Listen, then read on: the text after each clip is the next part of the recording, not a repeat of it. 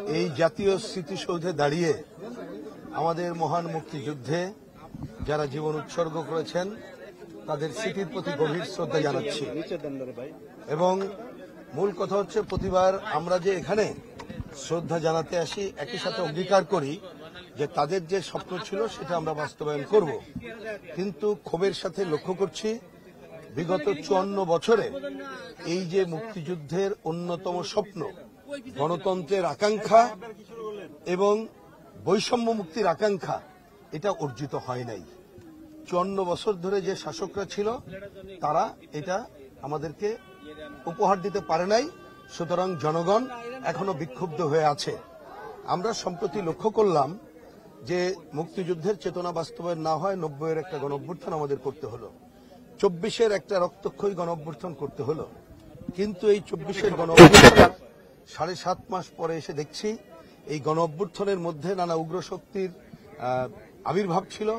তারা শুরুতেই আমাদের মুক্তিযুদ্ধ ইতিহাস ঐতিহ্যের উপরে আক্রমণ পরিচালনা করল। আমরা মনে করি যা মহান মুক্তিযুদ্ধ এবং 24-এর গণঅভ্যুত্থানের পরিপন্থী। আমরা আজকে তাই প্রত্যাশা করব বর্তমান যে অন্তর্বর্তীকালীন সরকার, তারা মুক্তিযুদ্ধের কথা বলেন এবং 24-এর গণঅভ্যুত্থানের কথা বলেন, তাদেরকে আজকে স্পষ্টভাবে ঘোষণা দিতে হবে যে মুক্তিযুদ্ধের বিরোধী কোন চক্রান্ত ষড়যন্ত্র তারা সহ্য করবে না। মুক্তিযুদ্ধের উপরে যে আঘাতগুলো হয়েছে সেগুলোকে তারা পুনর্নির্মাণের উদ্যোগ নেবে। একই সাথে গণতন্ত্র এবং বৈষম্যমুক্ত সমাজ গড়ার যে আকাঙ্ক্ষা আছে সেইটা প্রতিষ্ঠায় তারা ভূমিকা নেবে। তবে আমি এই কথা বলতে চাই, তারা তো অন্তর্বর্তীকালীন সরকার, সুতরাং তাদের কাছ থেকে বেশি প্রত্যাশা করে লাভ নেই। আমরা একটা দ্রুত একটা নির্বাচন চাই। সেই নির্বাচনের মধ্য দিয়ে যারা ক্ষমতায় আসবে, আমরা আশা করব এই মুক্তিযুদ্ধের চেতনা গণতন্ত্র এবং বৈষম্যহীন সমাজ গড়ার দিকে এগিয়ে যাবে। আমি এই সুযোগে একটা কথা বলতে চাই। আজকে এই 26শে মার্চে এই জাতীয় স্মৃতিসৌধে দাঁড়িয়ে আমি খুবই ক্ষোভের সাথে আরেকটি কথা আপনাদের মাধ্যমে দেশবাসীকে বলতে চাই।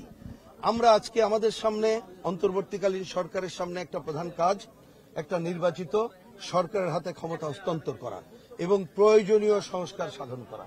বিশেষ করে নির্বাচন ব্যবস্থার আমূল পরিবর্তনের জন্য সংস্কার করা। কিন্তু আমরা দেখতে পাচ্ছি আলোচনার এজেন্ডায় এটি না এসে সংবিধান নতুন করে লেখার আলোচনা আসছে।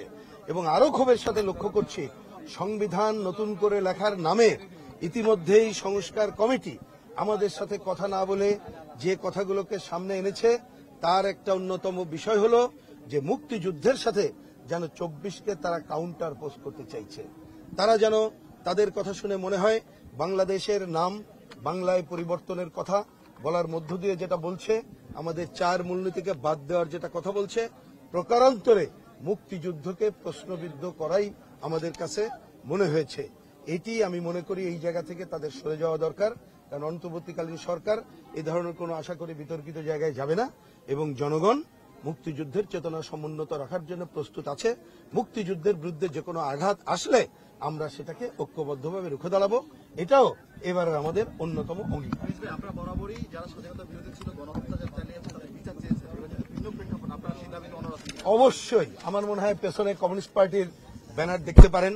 এবং গতকাল 25 তারিখ ছিল, কাল রাত আমরা আমাদের সরোয়ার্দী উদ্যানে ওইখানে আমরা মোমবাতি জ্বালিয়ে শহীদদের স্মরণ করেছি।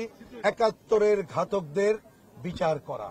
এবং মনে রাখতে হবে, মুক্তিযুদ্ধের সময় যারা পাকিস্তানি বাহিনী যখন সারেন্ডার করেছে, আপনাদের নিশ্চয়ই মনে আছে, ইতিহাস থেকে আপনারা পড়েছেন, ওই সারেন্ডারে একটা কথা লেখা ছিল যে পাকিস্তানি বাহিনী যে সারেন্ডার করছে তার সাথে সকল অক্সিলারি ফোর্সও সারেন্ডার করছে।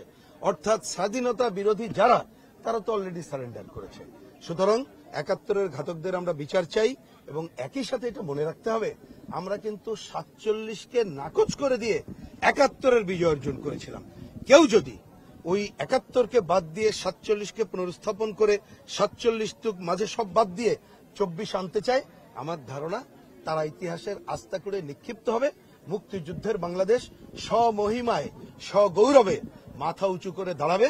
শহীদের স্বপ্ন অবশ্যই এই বাংলাদেশে বাস্তবায়ন হবে। ডিসেম্বরে যদি ইলেকশন হয় তাহলে এই যে সংস্কারের জন্য যে এটা কোনো সমস্যা নাই। আমি বলেছি ডিসেম্বর না, সংস্কার আমরা যেটা বলেছি খেয়াল করেন, আমরা বলেছি নির্বাচন ব্যবস্থা ভালো করার জন্য অবশ্যই সংস্কার করতে হবে।